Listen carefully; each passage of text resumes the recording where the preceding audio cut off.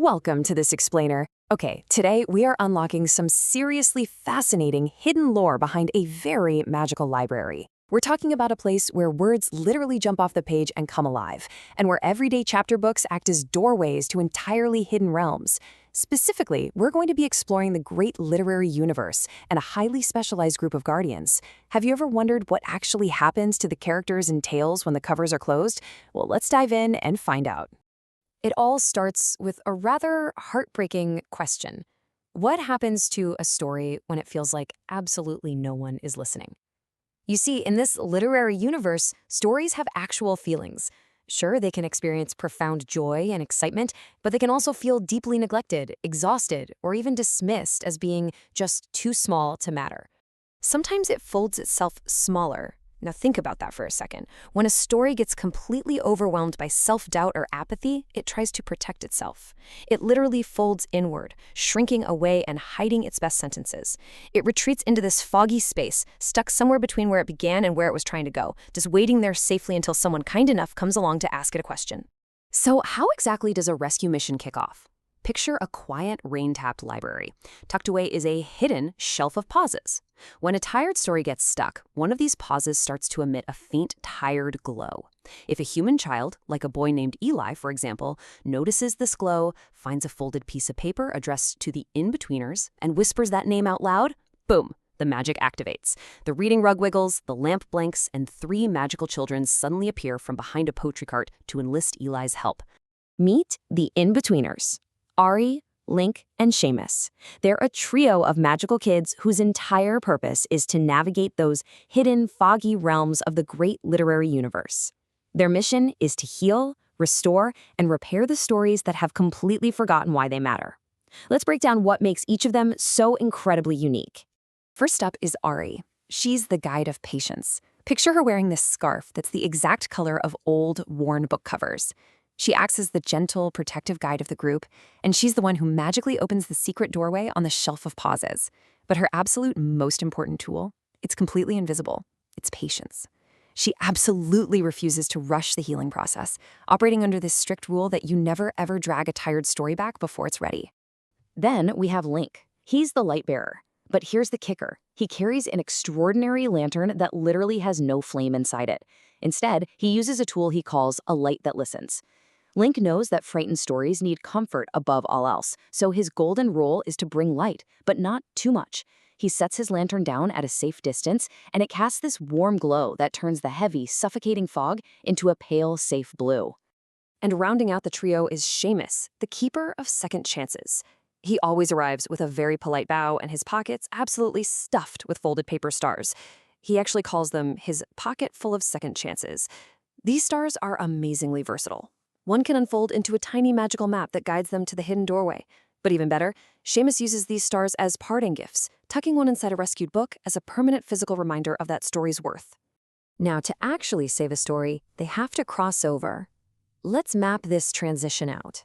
In the real world, you have your quiet library, sleepy dictionaries, the rain on the windows, and that seemingly ordinary shelf of pauses. But when Ari touches that small piece of paper, the shelf magically sighs open, revealing a silver doorway right between 2 question marks. Stepping through that door takes the team out of the human world and instantly into the great literary universe, a place filled with drifting pearl gray fog and floating bits of sleepy story fragments that are just too tired to land.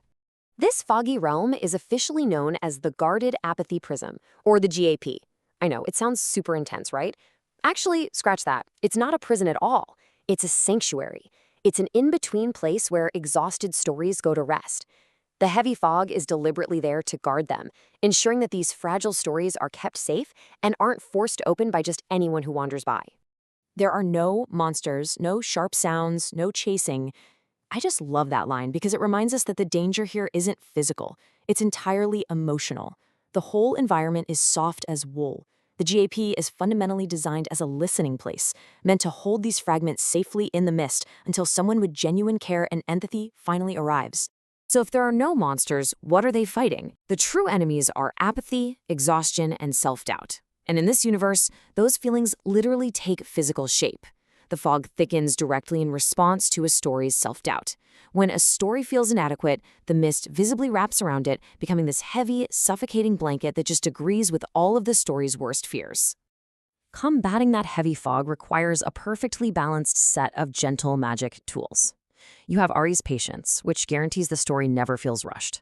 You have Link's listening light, which warms up the environment, giving them safety without burning the fragile pages. And finally, you have Seamus using his paper stars and gentle questions to remind the story of its value. It's truly a masterclass in teamwork.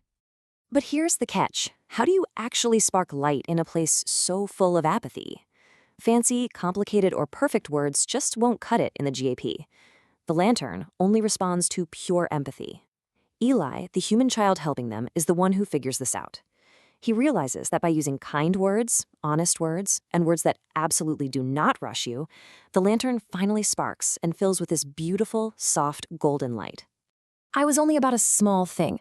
Once that lantern is lit, the team finally spots their rescue target, a little green book trapped deep in the fog. It's completely paralyzed by the belief that it was only about a small thing. It felt totally insignificant because its entire narrative was focused on an event it thought was just mundane and unimportant. Let's unpack what this little book was actually dealing with. It had literally curled its pages inward, kind of like a scared kid hugging their knees. It hid all its best sentences out of pure embarrassment. Why? Because its story was simply about a child sharing their last biscuit with a bird.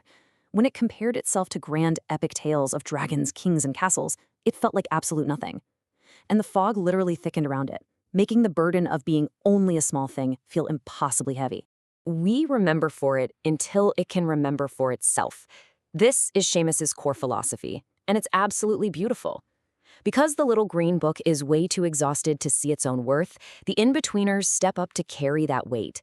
Working alongside Eli, they use really patient questions to remind the book that sharing a biscuit is actually a massive, vital story of kindness. To a cold, hungry bird, a biscuit isn't a small thing at all. It's breakfast. It's the profound act of being truly seen. And here's where things get really incredible.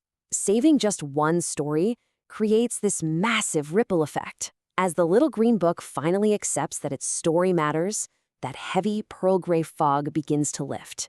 Not fast, but softly, almost like a sleepy child lifting its head. The lantern light shifts the mist into this gorgeous morning blue, which is the universal signal of a quiet new beginning. This morning blue light acts like a wake-up call for all the other sleepy fragments floating around in the GAP.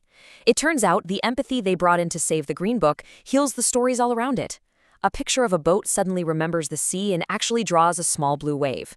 A looped sentence about an unsung song finally hums a gentle note out loud, and an empty title finally finds its missing pages. Empathy is highly contagious in the great literary universe. Finally, we bring the story home. With the rescue complete, the little green book actually stands up, shakes out its pages, and gives a tiny bow. Ari very carefully carries it back through that silver doorway and sets it safely on a wooden stand right by the reading rug in the library.